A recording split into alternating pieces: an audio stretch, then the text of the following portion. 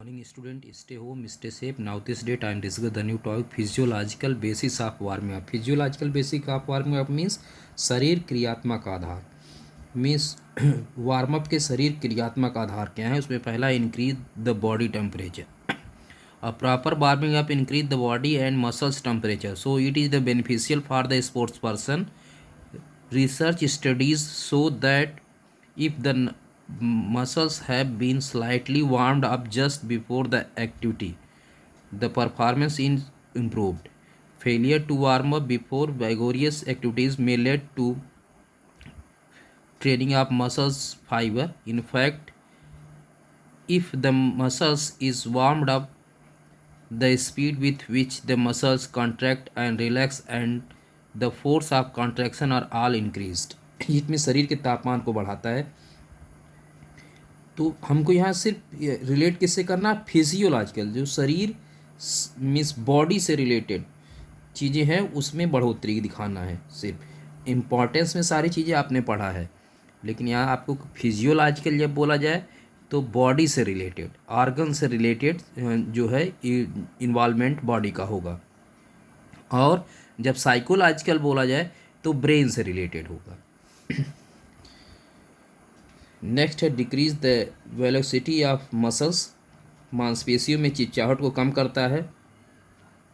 Warming up decrease the velocity of muscles. Research studies indicate that if A previously inactive muscles is stimulated repeatedly, the first few contractions are often small and irregular and relaxation is incomplete. After this the contraction become stronger and relaxation is complete.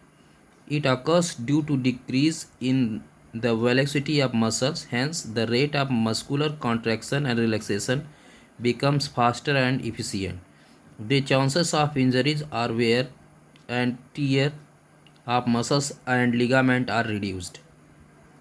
It means मांसपेशियों में चिपचिपाहट को कम करता है। Velocity means चिपचिपाहट, velocity means होता है चिपचिपाहट। मीन्स रिसर्च स्टडी से ये पता चलता है और वो बताते हैं कि जो हमारे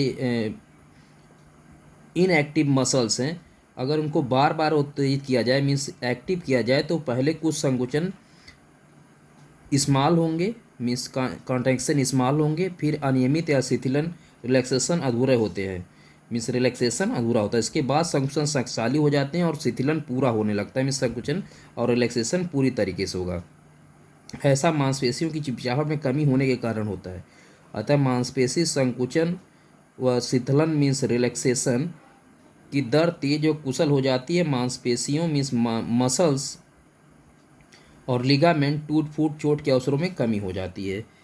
नेक्स्ट है increase the speed of nerves impulse.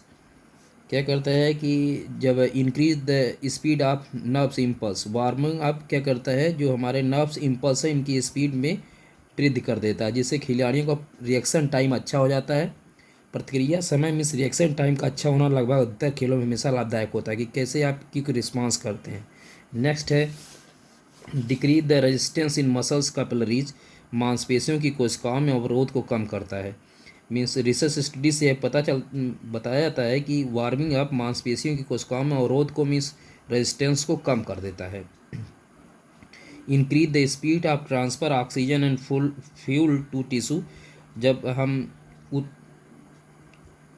Warm up करते हैं तो जो टिश्यूज़ होते हैं उनको ऑक्सीजन और एनर्जी जिसको फ्यूल भी बोल सकते हैं, जो हमारा ब्लड होता है हमारा हार्ट होता है वो ब्लड का क्या करता है प्योर ब्लड को ये जो है अच्छे ऑक्सीजन के साथ अच्छे फ्यूल के साथ हमारे जो है किसमें स्मॉल ब्लड वेसल्स में फैला देता है।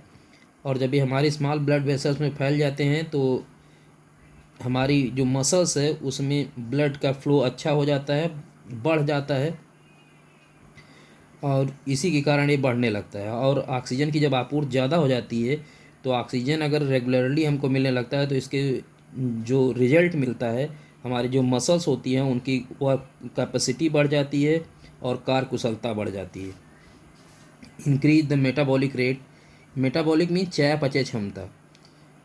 जब हम वार्म अप करते हैं तो क्या होता है कि हमारा जो है बॉडी का टेम्परेचर बढ़ जाता है और हमारे इंटरनल टेम्परेचर में अगर 0.5 डिग्री सेल्सियस की वृद्धि हो गई तो हमारा जो चयापचय दर है मीन्स मेटाबॉलिज्म रेट है वो 7% तक क्या करेगा, इंक्रीज कर जाएगा। और इतना इंक्रीज करने की वजह से क्या होगा कि जो भी हम खाते हैं उसको अच्छे से वो डाइजेस्ट करेगा, तो एनर्जी का जो एनर्जी का उत्पादन भी और अच्छे से वो हमारा मेटाबॉलिज्म करने लगता है। रेड्यूस ब्लड लैक्टिक एसिड, रक्त दूध बांधल को कम कर देता है। मीन्स जो रिसर्च स्टडीज ये बताते हैं कि जब हृदय के धड़कने की दर और ऑक्सीजन की खपत का प्रत्यक्ष संबंध मांसपेशियों के तापमान से होता है, मीन्स टेम्परेचर से होता है। जब टेम्परेचर बढ़ता है तो ऑक्सीजन की खपत और हृदय की धड़कन की दर में वृद्धि हो जाती है। इस प्रकार जो है ब्लड लैक्टिक एसिड कम हो जाता है। इंक्रीज इन वर्किंग कैपेसिटी, जब आप देखते हैं कि ऊपर जितनी चीज़ें आपको बताई गई हैं ये सारी चीज़ें जब इनमें परिवर्तन होता है तो ऑटोमेटिक आपके जो है बॉडी में आपकी कैपेसिटी बढ़ती है, शरीर के सभी जो सिस्टम हैं जो संस्थान वो अच्छे से वर्क करते हैं और वो सब कुशल हो जाते हैं। Thank you students.